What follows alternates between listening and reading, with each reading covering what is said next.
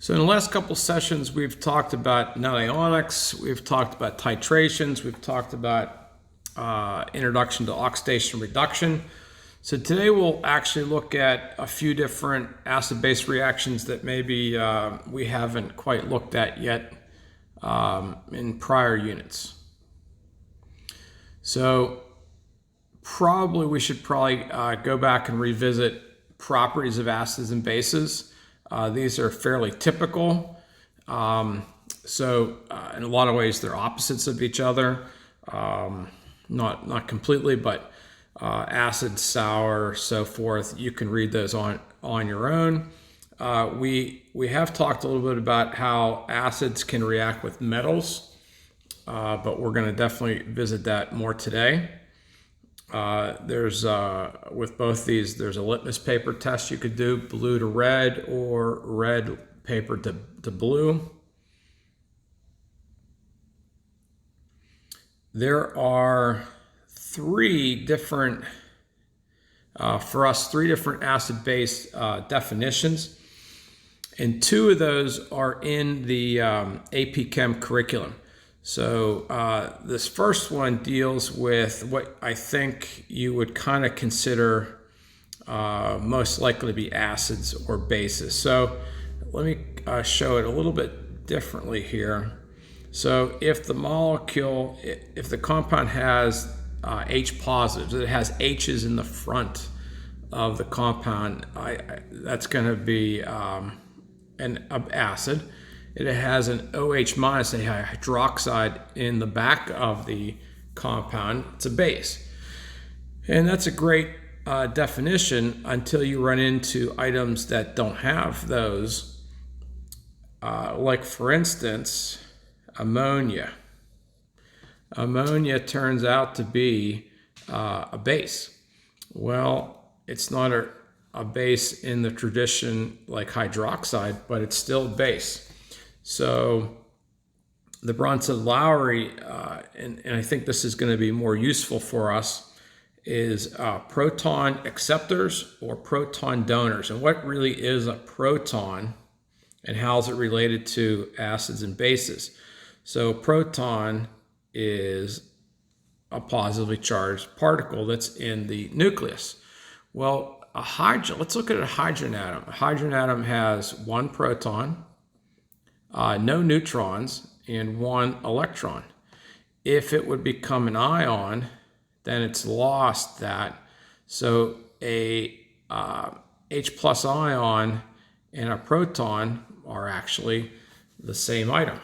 So that's really what we're talking about for hydrogen.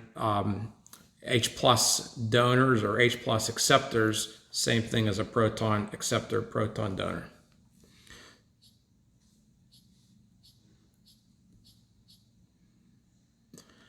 Okay, so you should know, and I've had this earlier in the year too, but you should know strong acids, you should know strong bases. Now there's more than those, but those would get you very far. I think I have a few more listed in the summer materials I gave you guys, and you can also find it in your textbook or Googling, but these are the ones you're going to run into the most often. And if I want to even narrow it down even a little bit more, these are the three acids that you're going to most likely run into. If it's a strong acid or a strong base, then when you write it net ionically, you have to break those up into ions. If it's not a strong acid or strong base, then you leave it as a full molecule, full compound. Okay, so a few other vocabs: mono, di, triprotic, just a matter of how many H positives can be donated. And by the way, this is another good time to mention this. Some people will write the acid component as H positive, and there's other times people will write it as hydronium, and lots of people consider these things the same thing. How is that true? Well, if I would say that an H positive gets attached to water, it would make H3O positive. So in a lot of respects, we can say these are the same in many contexts. These are the same things. Okay, so neutralization reaction, we've studied those already. Any typical acid plus any typical base is going to make H2O and a salt. And by the way, a lot of people also decide to write H2O in this format for these. So like if I had HCl and sodium hydroxide, this is a double replacement, and whoops,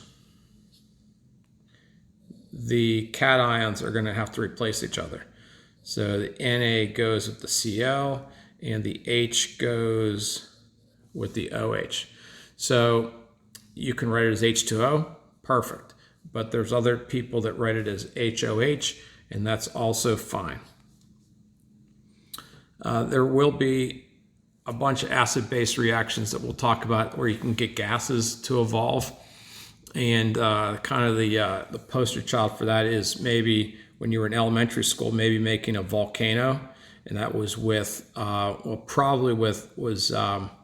sodium bicarbonate and acetic acid, vinegar and baking soda. Okay. Oops. Okay, so the rest of these we're just going to jump in and look at some net ionics. So hydrochloric acid, strong acid, sodium hydroxide, strong base. So we're going to like to do that.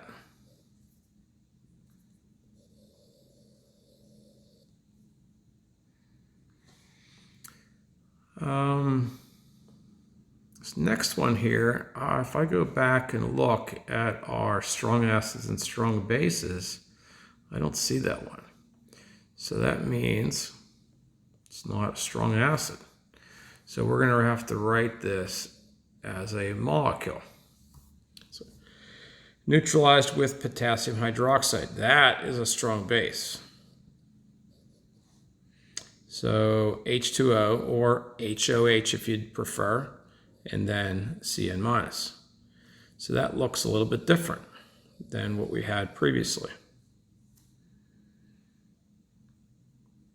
So let's go back and look at that. So strong acid and strong base titration or neutralization doesn't quite look like weak acid, strong base.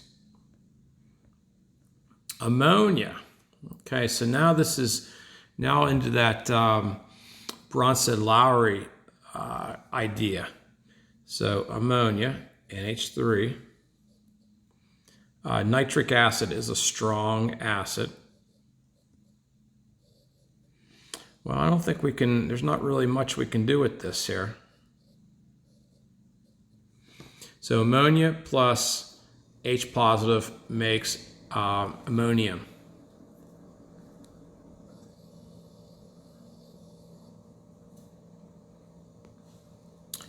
Hydrobromic acid, strong acid. Copper 2 hydroxide. Not only is it not a strong base, but it's also insoluble. So write that. And then the H's, H positives, and the OH minuses are going to make water. And then what else is left? Copper ions.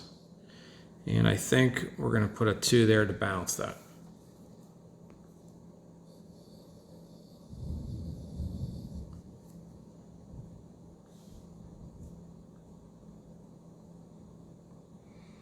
Okay, gas produced. So I guess that is going to be a little bit of a hint there. Sodium bicarbonate mixed with 0.1 molar acetic acid. So sodium bicarbonate, ionic, soluble. That molarity means there's water available. So what part of that's going to react? Sodium ions virtually never react with anything. So I guess it's going to be the bicarbonate. Bicarbonate is that.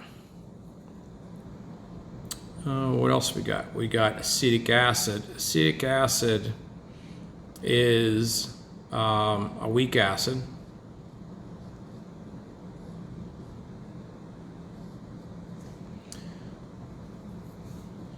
So let me change colors here for a second.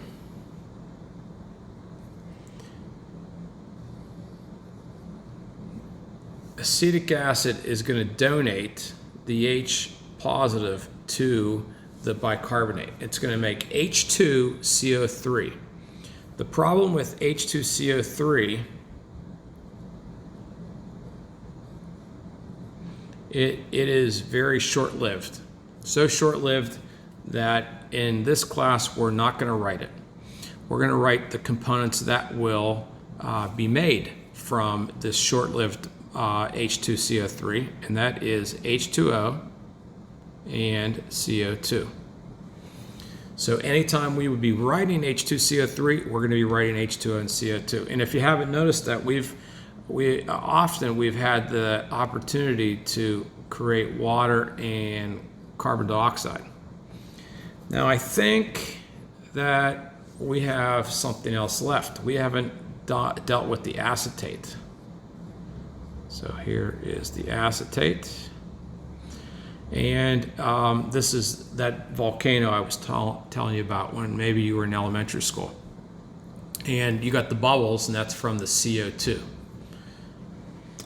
A spill of hydrochloric acid is neutralized with sodium carbonate this time. So hydrochloric acid, H positive. And by the way, this would be a good method to try to clean up a hydrochloric acid spill. Sodium carbonate, or you could do it with sodium bicarbonate. Those two chemicals aren't going to be on their level of danger pretty close to the bottom of the list here. So if you added a bunch of powder of sodium carbonate or sodium bicarbonate on the floor where this spill was, it wouldn't create its own problems. Carbonate is that. I can already tell I'm going to need a 2 to balance that. And that looks like H positives and CO3 minus 2s are going to create carbonic acid. But remember, we don't like to write that because it's very short-lived. So those two chemicals are not short-lived, and those are the products of that decomposition of carbonic acid. A couple more gas produced. Misprint here, misprint. I don't know why that says sulfate. We're going to change that actually. Let's make this a darker color here. Sulfite. Okay, so sodium sulfite is SO3 minus 2. So the sodium, again, it's practically always a spectator ion. Hydrochloric acid, strong acid.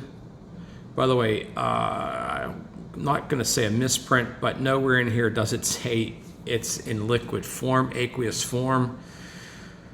So let's slip in here a 0.1 molar hydrochloric acid solution. This way we know that there's water available. Hydrochloric acid, by the way, is a gas that's dissolved in water. So that's typical for it to be in solution. I can tell, again, we're going to need a 2 there. So just like before, this last one, the H positives and the carbonates made H2O and CO2. We're going to do the same thing. This time, though, the S is in there instead of the C. So it's going to make a very similar setup here. Except this time, I guess it'll have to be H2O with SO2. Okay, so if you have a chance to make H2O, likely will. If you have a chance to make CO2, you likely will. And then the third one doesn't happen as often, but if you have a chance to make SO2, you will. When I say that, I can't say that 100% of the time, but that's a very common item. And our last one today is potassium sulfide. and hydrochloric acid, and we'll slip in here this again, this 0.1 molar, so we know that there's water available. On the test, I would make sure I had the words or symbols or numbers to signify that there was solution there. So sulfide is S minus 2. Hydrochloric acid is a strong acid, so it's going to fully dissociate. I can tell because those charges that I'm going to need 2 H pluses, and I don't think you can do too much with this other than combine them. And you would need 2 of the hydrogens for every 1 sulfur. And that gives you some indication about what kind of net ionics we could do with acid bases.